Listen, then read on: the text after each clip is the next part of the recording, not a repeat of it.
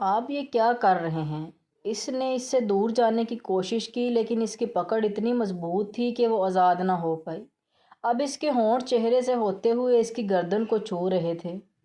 بیلا کی سسکیاں اس کے کام میں خلل پیدا کر رہی تھیں جو وہ برداشت نہیں کر سکتا تھا، لہٰذا اس نے اپنی ٹائی اتاری اور اس کے منہ کے پاس کر کے اس کا منہ باندھ دیا۔ اب اس کے دونوں ہاتھ خان کے وزنی ہاتھ میں تھے۔ دیکھو، میں نے تمہیں کہا تھا نا کہ میرے کام میں کوئی ٹانگ اڑائے مجھے پسند نہیں، لیکن تمہاری سمجھ میں بات کہاں آتی ہے۔ لیکن تم فکر مت کرو، میں ہوں نہ سمجھانے کے لیے۔ یہ کہتے ہی وہ دوبارہ اس کی گردن پر جھک گیا اور اس دشمن جاں تل کو اپنی پوری قوت سے بائٹ کیا۔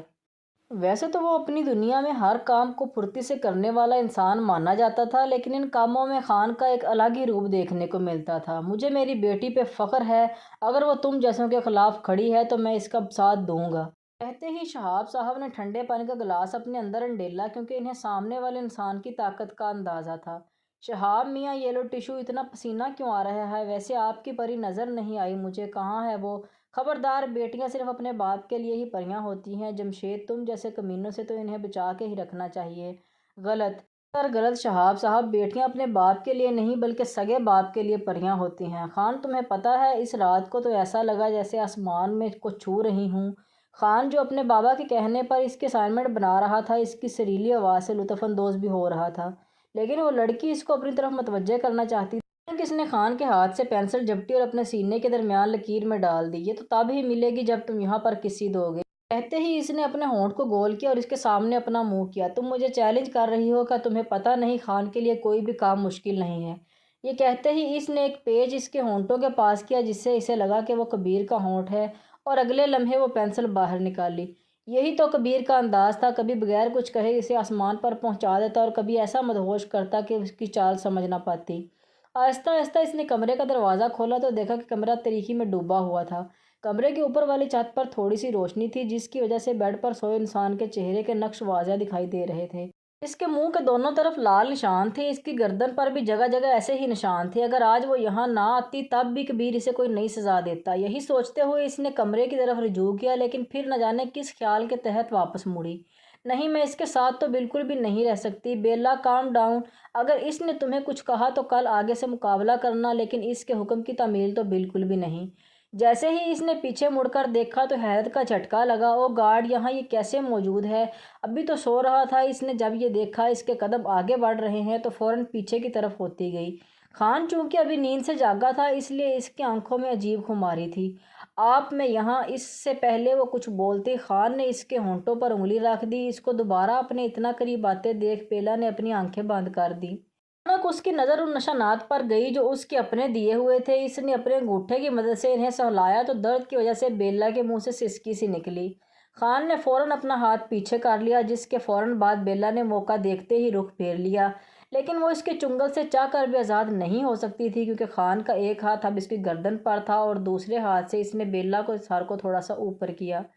اس کا ایک ہاتھ ساتھ ساتھ اس کی گردن پر رینگ رہا تھا۔ یہ سب محسوس کر کے بیلا کی ٹانگیں کانپنے لگیں۔ بیلا نے اپنے نازک ہاتھوں سے اسے دور دھکیلنا چاہا، مگر اس پر کوئی اثر نہ ہوا۔ میرے ساتھ بیڈ پہ کوئی سوئے، اس چیز سے مجھے تھوڑی الرجی ہے، لیکن کوئی بات نہیں، تھوڑا بہت کمپرومائز تو چلتا ہے۔ اس نے طنزیہ مسکراہٹ کے تیر چلائے، لیکن بیلا کے آگے سے کوئی جواب نہ پا کر اس نے چیخ کے اور زور سے بولا، لگتا ہے تمہارے کان کا بھی علاج کروانا پڑے گا۔ ویری گڈ، ایسے ہی آگے بھی میری بات ماننا، اچھے بچوں کی طرح۔ یہ کہہ کر وہ واش روم چلا گیا۔ صاحب فوراً ہی پری کے روم میں آئے تو وہ وہاں موجود نہیں تھی۔ وہ دیکھنے میں عام سی لڑکی تھی، لیکن جو چیز اسے پرکشش بناتی تھی وہ اس کے چہرے کی موسومیت تھی۔ شاید وہ کچھ دیر پہلے نہا کے نکلی تھی، اس لیے گیلے بال کمر سے بھی نیچے جا رہے تھے۔ بابا، آپ یہاں، کوئی ضروری بات ہے کیا؟ ہاں بیٹا، میں نے فیصلہ کر لیا ہے۔ بیلا بیڈ کے دوسری طرف آئی اور فوراً سونے کا ارادہ کیا۔ جب وہ گہری نیند میں اتر گئی تو اچانک سے خان کا بیلا سے کمبل دور اچھالا، جسے وہ خود میں چھپا کر سو رہی تھی۔ بیلا بھی نیند سے بیدار ہو گئی۔ میں تمہیں بالکل بھی نہیں سونے دوں گا، جاؤ جا کر چینج کرو۔ خان نے اپنی انگلی سے اس کی طرف اشارہ کیا۔ اس نے تھوڑی دیر پہلے ہی کپڑے بدلے تھے، گرے رنگ کا کرتا جس پر گلابی کڑھائی تھی، لیکن میں نے ابھی تو بدلے ہیں۔ یار کتنی جاہل ہو تم، اب یہ باتیں بھی مجھے ہی تمہیں سمجھانی پڑیں گی کیا؟ خان کا دل کر رہا تھا کہ اس لڑکی کا سر پھاڑ دے، لیکن پھر اپنی آنکھیں بند کر کے خود کو ریلیکس کیا۔ سلک کی باریک سی نائٹی تھی اور اس کا ساتھ اپر بھی تھا۔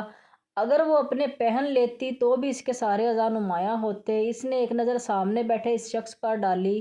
اس نے بیلا کو مجبور کرنے میں کوئی کسر نہ چھوڑی تھی، اور اب وہ اپنی بوئیں اچکا کر مسکرا رہا تھا۔ وہ تو بس اپنی آنکھیں پھاڑے اسے دیکھ رہی تھی۔ لگتا ہے یہ کام بھی ہمیں خود ہی انجام دینا ہے، اور قسم سے اس کام میں خان ایکسپرٹ ہے، تمہیں شکایت کا موقع نہیں ملے گا۔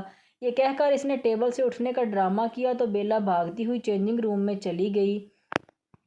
جیسے ہی بیلا نے وہ نائٹی پہنی تو یہ دیکھ کر شاک رہ گئی کہ اس میں بھی ایسی جگہ تھی جہاں سلک کی بجائے نیٹ تھا، اور وہ بھی صرف وہاں تھا جہاں اس کے اعضاء تھے۔ ایک جگہ سے تو اس نے اپنی دونوں ٹانگوں کو آپس میں ملا کر چھپا دیا، لیکن دوسری جگہ سے چھپانے کا سوچ کر وہ وقت ضائع نہیں کر سکتی تھی۔ یہ سوچ کر اس نے اپر پہن لیا، اور ابھی 5 منٹ میں سے 1 منٹ رہتا تھا لیکن اس سے پہلے باہر آ گئی۔ اس اپر کے باوجود اس کے نشیب و فرائض ابھرے ہوئے تھے۔ وہ خان کو دیکھ کر اپنی ٹانگوں کو سپر سے چھپانے لگی۔ یہاں آؤ جلدی، خان جو ٹانگ پر ٹانگ رکھ کر ٹیبل کے سامنے بیٹھا ہوا تھا اپنے پاس آنے کا کہا۔ وہ کانپتے کانپتے قدم اٹھاتی اس کے پاس آئی اور ایک سنگل صوفے پر بیٹھا تھا جس کے آگے ٹیبل تھا۔ اس نے اپنے ساتھ بیٹھنے کا اشارہ کیا اور تھوڑی سی جگہ دی۔ کیا مطلب بابا، آپ چاہتے ہیں کہ میں آپ کو چھوڑ کے چلی جاؤں؟ نہیں، ایسا سوچیے گا بھی مت بابا، ہم دونوں کے علاوہ اور ہے بھی کون ہمارے ساتھ؟ پری نے جیسے ہی سنا کہ شہاب اسے پیرس بھیجنا چاہتے ہیں تو اس نے فوراً اس کے خلاف احتجاج کرنا شروع کر دیا۔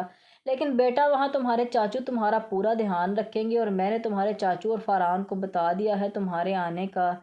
رات بھر پری اسی کشمکش میں تھی کہ آخر اس کے بابا نے اتنا بڑا فیصلہ کیوں لیا، اور یوں بھی اچانک، جبکہ شہاب صاحب نے جمشید کی بڑھتی ہوئی سازش کو روکنے کے لیے اور اپنی بیٹی کو اس سے دور کرنے کے لیے دل پر پتھر رکھ کر یہ قربانی دینے کا فیصلہ کیا تھا۔ اس صوفے میں وہ دونوں بہت مشکل سے پورے آئے ہوئے تھے، اور ترتیب کچھ ایسی تھی کہ بیلا آدھی خان کے اوپر آ رہی تھی۔ خان کی ایک ٹانگ بیلا کی دونوں ٹانگوں کے درمیان تھی، اور خان کا ایک ہاتھ بیلا کے پیٹ پر تھا۔ وہ ٹی وی پر کچھ لگانے میں مصروف تھا۔